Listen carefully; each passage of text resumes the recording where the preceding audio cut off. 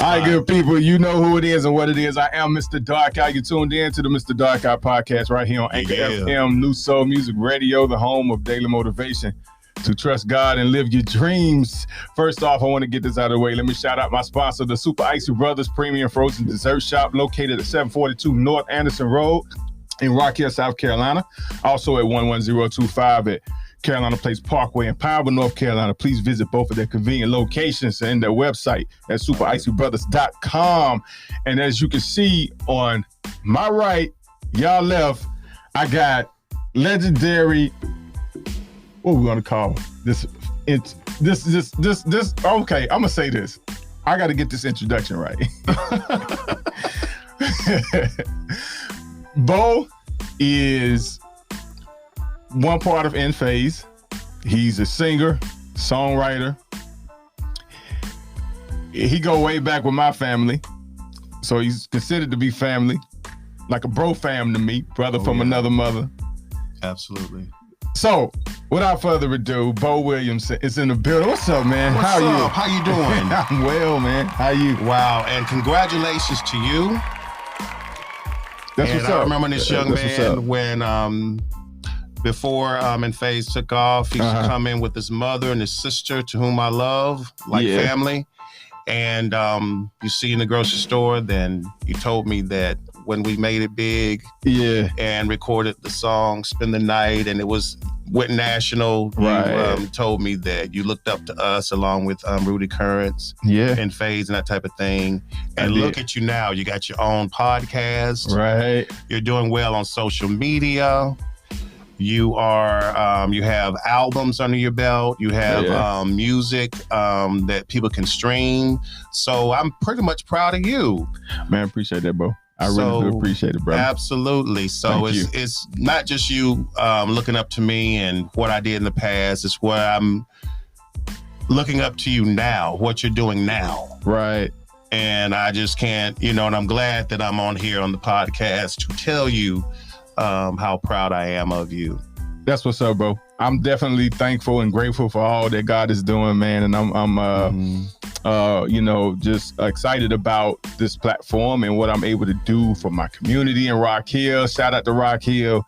We are, a city that's growing, and I'm proud of the city and happy and grateful to be still here, because I used to want to leave Rock Hill.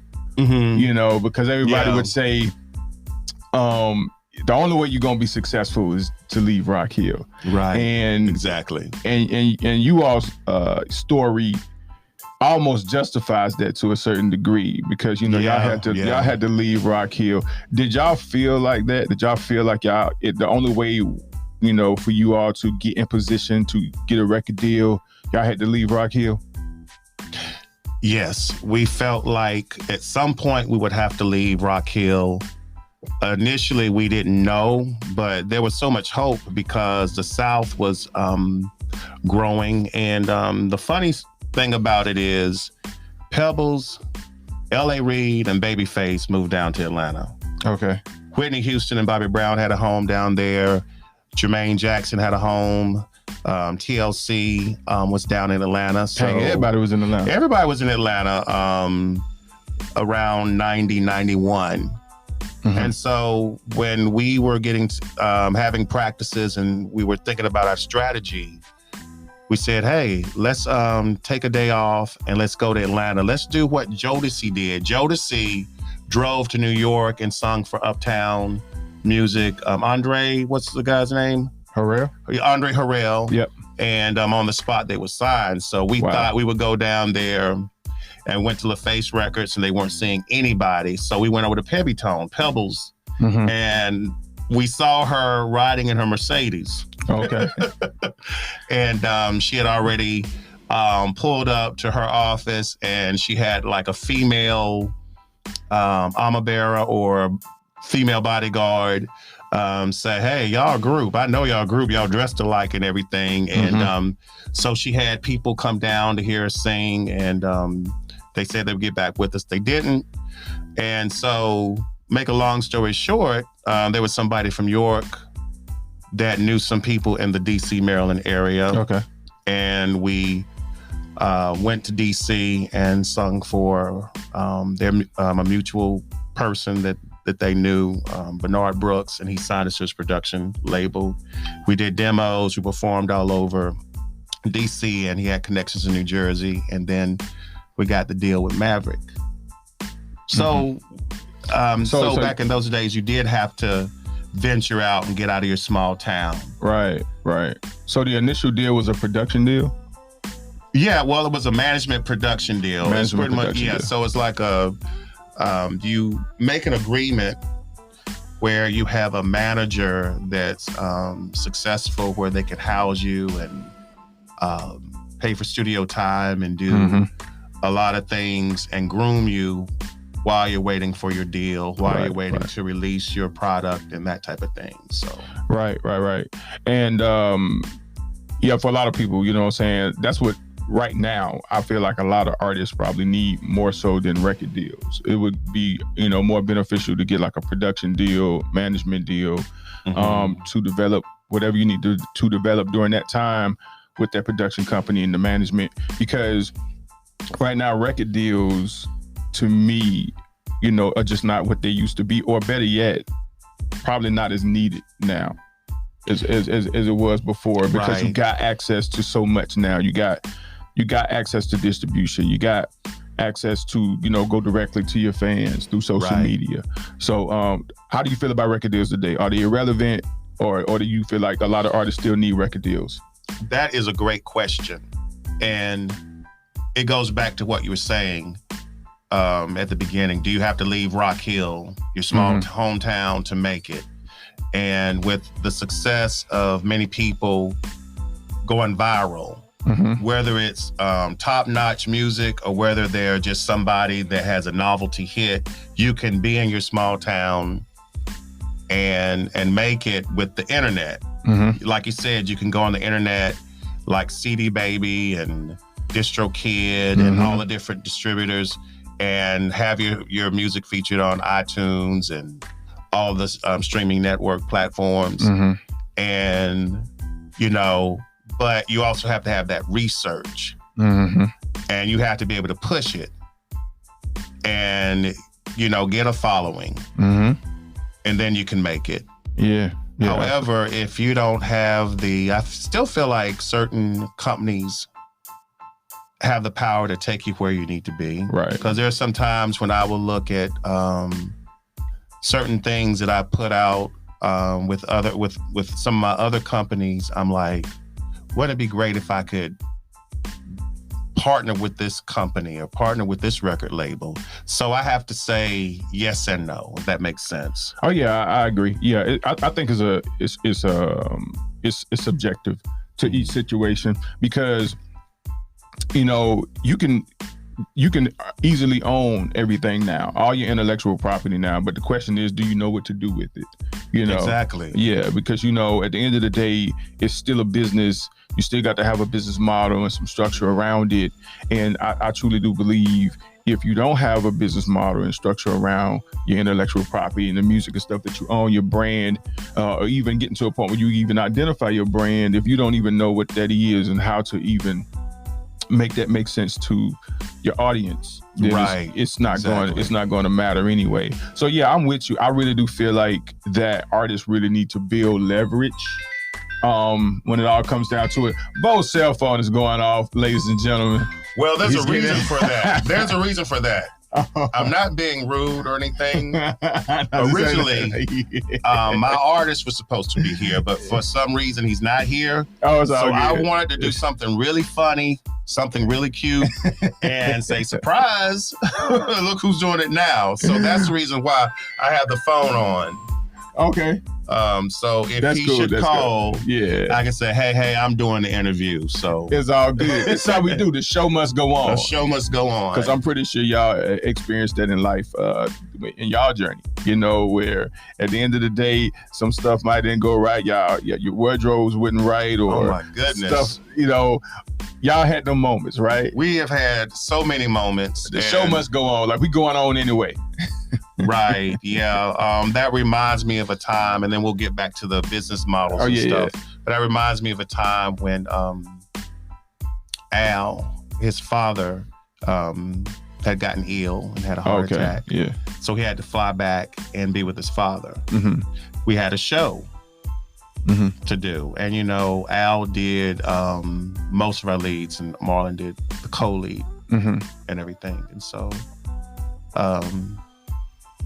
the promoter was like, well, guys, we still got to do this show. And we looked at Marlon, and Marlon did a great job. Nobody knew the difference because, you know, even though the video was out, people still didn't know the difference. So I was really proud of Marlon. I was proud of the way we had to step up and still do the show and that type of thing. Yeah. The wrong person is calling y'all. I want my artist to call so we can. I'm going to turn it down for a bit. But so that's a great. You know, a great story that you told in regards to, you know, especially when it's a situation like that where you have really no choice because you know, it's a family matter and you know you got to do what you got to do. But you know, real quick though, like we'll get back to the business stuff, but real quick, did y'all ever have like, because we know we've seen the story on New Edition and how it was like drama. Did y'all ever have those types of situations or whatever where y'all had like you know, fighting, like, you know, I don't necessarily like fist fighting or nothing like that. But like, did y'all ever have like disputes and conflicts and things of that nature or whatever amongst each other? You don't have to get into the details and specifics, but I'm just saying, like, you know, did y'all have like times where y'all disagreed and y'all had to really work it out? I really love New Edition's music. Love them as a group, and that was a really good movie. Yeah, it was, absolutely. The TLC movie, Tony Braxton's movie, all these movies are good learning tools. Yeah, for people to watch and learn the business part as well as how they got, you know, you get together and that type of thing. As far as us, you know, we had some moments here and there, right? But nothing like what New Edition went through. Yeah. It's like, I am thankful, you know, I'm like, oh my goodness, I went through this and went through that. And just, you know, they were like my brothers. Right. They were like the brothers I never had. I grew up with a sister, and I would look at other people and I'd say, what would it be like to have brothers or another brother? So when I got in the group in Phase, I found that out because we lived together. We recorded together, we toured together, we would spend time with each other's families and double dates and all of that. So I realized, okay, well, you're gonna have a brother that you're gonna be closer to. You're gonna have a brother that you're gonna bump heads with. You're gonna have a brother that's gonna be very protective of you. And you're gonna be, you know, maybe I was like the middle child. Right. Of the group, and I really was. I was the middle one in age. I sung the middle note. Okay. And I lived in the middle of the guys, so we always met at my house because they lived around where I lived on Hampton Street. So you was literally the middle man. I literally was the middle. You know, I tried to be the peacemaker. Okay. You know, just things like that. Anything else? We'll save that for the movie, maybe. There you go. Speaking into existence, I would watch an In-Phase biopic. Wow. I would watch that, man. I would love to watch it. See how it all came together, you know. It'll be great, man. Dope. Matter of fact, I've been wanting to do a movie. So one day, you know, we might be able to piece that together. We cast all the members. I mean, everybody that we want to definitely, you might want to shoot them a text, bro. You might want to shoot them a text and let them know you're on the Mista Darkeye podcast. Right. You know. I sent them a text. Oh, you did? Yeah, that was Cousin Chucky. Okay, Cousin Chucky calling. Shout out to Cousin Chucky. Shout out. Yeah. He's going to love that. Yeah, there you go. You know what I'm saying? You call, you get the shout out on the Mista Darkeye podcast. Right, exactly. So, yeah, so the business aspect of it, you know what I mean? Especially dealing with,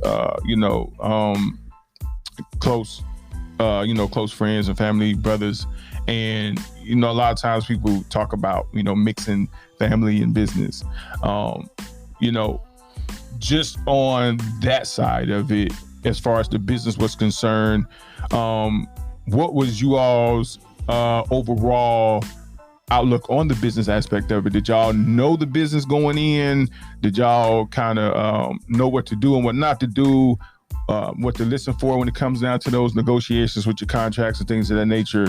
Was y'all in a good deal? Or looking back on it, could it have been better? Well, it's going to be a standard deal. Back in those days, okay. if you come out, I don't care how smart you were, because see, I knew about copyrights. Right. Coming into that group and whatever, I was already had my Bo Knows music with ASCAP. Okay. And I would watch and listen to radio interviews all the time. Mm. So coming in with that knowledge, it didn't matter. If you're a new group and you have a production company that you're signed to, and then you're signing with the record label, because you're brand new out of the box, they don't know how many records you're going to sell. They don't know how big you're going to be. Right. So you're going to get what's called the standard deal. Okay. And then they have, well, if you sell this much, we can negotiate this for the next album. And usually it's going to be like a seven album deal, because back in those days, they think, okay, several albums and that type of thing, and try to build on your career that way. Okay. So it's really not, it's just like what Left Eye said. It's not really a good deal or a bad deal. It's just the standard deals that a new artist would get. Okay. Because people are spending money on you. They're spending money on the videos and the touring and this, that, and the other. So it's like a bank. Right. So you're borrowing money from a bank. After money is made and earned, that money is distributed and paid for, who paid for this and that type of thing. And then you're the last one, unfortunately, to get paid. That's not necessarily a good thing or a bad thing. That's just how the business model work. Right. That makes yeah, it makes sense. And I always have understood that, the money is put up for your careers, the money is made off the music, and then the people who put the money up recoups, and then after the money's recouped, and then the artists begin to receive the agreed percentage that the contract is under. What I have learned about a lot of labels and companies is that what happens is they continue to keep the artists in debt, and most artists usually end up having to do an audit on their labels to find out, what's going on, because, in most cases, they're just going to say, hey, we had all these expenses, but we need to see the books so we can know that that's what it really is. Right. I feel like, and with me, having production companies and record labels, I feel like transparency is very important, because you don't want your name to be out there. And if you have the paperwork to protect you, if you have the paperwork that says, listen, I got to get paid first because I spent X number of dollars on you. Every month, the manager or the record label, whomever is managing the group, should be transparent and say, this is what we spent this month on you alone. A, B, C, and D. This is what was made. You guys didn't make it. You guys made $1,000 on this show. We made nothing. So when these album sales come out, this is what needs. That's how it should, so that people can understand both sides of it. Yeah, I agree. And I think that, that transparency is definitely very key and important. They actually, in some aspects, with independent artists, and they're starting to do that with different, online companies that it's exchanging that data, with people who's collecting mechanical licensing and stuff like that. I mean, mechanical royalties and stuff like that for independent artists. They're starting to have data that's more transparent, to be able to show you, what that information looks like month to month, and that's great for independent artists to be able to have access to that. But I think the record companies are still, because you still got artists coming out talking about how, all this money being missing. Like even Big Sean was just on the Drink Champs podcast talking about how once he did an audit on his label, they found $3-4 million that he was owed. Wow. So it's still happening today. It's amazing. Yeah. That it's still happening. But I really truly do believe that knowing, like you said, going into it with education and knowing more is the more you know, the better, and that you could be able to go in with the right people and protect yourself. Because even Meg Thee Stallion, I heard that she's still dealing with some disputes and stuff with her label and things of that nature, even though, she's talked about publicly about how, how there's been so much disputes and stuff like that, and going live on her IG and stuff like that. But I just think that, like you said, going in, knowing what to look for, knowing, being educated and knowing what you want and knowing what it is the leverage that you already have, and knowing what to ask for, and, to be able to actually make it work for you, your company, what you got coming and bringing into the table, and then they're going to negotiate things for them as well. And at the end, everybody's happy. That's a perfect world, I guess. A perfect world. But I feel, and I know this to be true, that you're a man of God, I'm a man of God. Absolutely. And we don't want to hurt anybody. We don't want to cheat anybody. We want to make sure that everybody gets their fair cut. Right. Based on the standard, or even give you even bonuses if you're blessed in your business to do that. And whenever it's time to be transparent and say, for this month, this is what was spent to promote you. We only made this, or we made a lot of money. So, okay, well, we can pay ourselves back. We can pay you whatever we need to pay, and everything is good. Absolutely. Yeah. Absolutely. So let's get into, while we got some time, we got about 8 minutes. So let's talk about what Bo is doing right now. What Bo got going on right now? Well, this is what I have going on right now. If you guys would go to Bo_reacts, Bo_reacts on TikTok. I have some funny videos there. I'm just doing some simple reaction videos. It's going really well. Okay. And just a lot of fun. Oh yeah, I've seen a few of them. Okay. I've seen a few of them. Yeah. Great. Well, absolutely. Definitely. So please comment, please follow.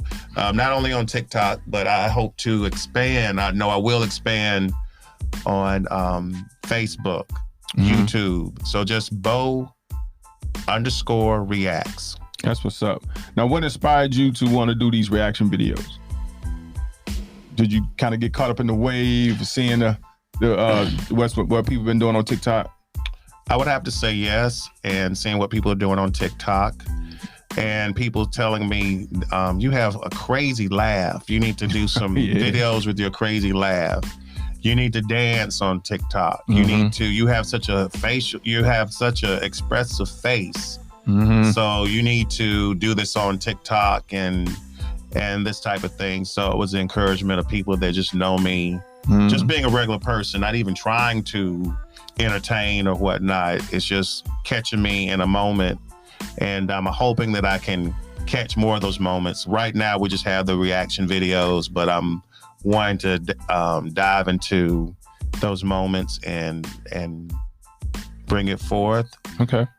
I'm hoping that you and I can work on some things together. Yeah. And, of course, I'm going to treat you fairly because I know you don't play. No. Hey, I'm telling you, Bo. Hey, Bonefist, there you go. Hey, Bo, I'm telling you, man, we going all the way up in 2022, man. God has been absolutely amazing. You know, hey, here's the thing. I would never complain about how much I got on my plate when the prayer was to eat. Right. You know what I'm saying? You know, I was like, hey, I got to eat. So God is providing. He's providing, and he's providing well. So, man, hey, I know I'll be busy, but I'll tell you what, I would never complain. I'll never complain about it. You know what I'm saying? Absolutely not. Because, you know, I could be sitting around just like, man, I ain't got nothing going on. You know what I'm saying? So, man, I'm very thankful, man. But so what about singing, Bo? Any more singing from Bo? Bo gonna come, you know, what we doing? Any more music? What we doing? Music wise, there's some tricks up our sleeves. Okay, got some tricks up your sleeves. Got tricks up our sleeves. I am hoping to, like I said, in addition to the reaction videos, I'm hoping to probably sing some reactions, sing some stuff on there. No. Like, oh my God, what is he doing? You know, something like that. Oh my God. That's a good idea. Yeah. That's why we need to talk a little bit more. Yeah, but sing it, man. Sing it. Yeah, I wanting to put myself in the boot camp so I can, you know, have it like I used to have it, and be able to really perform like I want to perform. So. Okay. Absolutely, man. All right, so that's what it is. Make sure y'all go. It's IG. It's on IG, Instagram, Bo. It's on Instagram as well. It's on Facebook too. Same thing? Yeah. Okay, so BO_reacts. Follow his page on Instagram. Check him out. Now he's gonna be singing some of his reactions, so you get to hear his range, how he been getting down with the new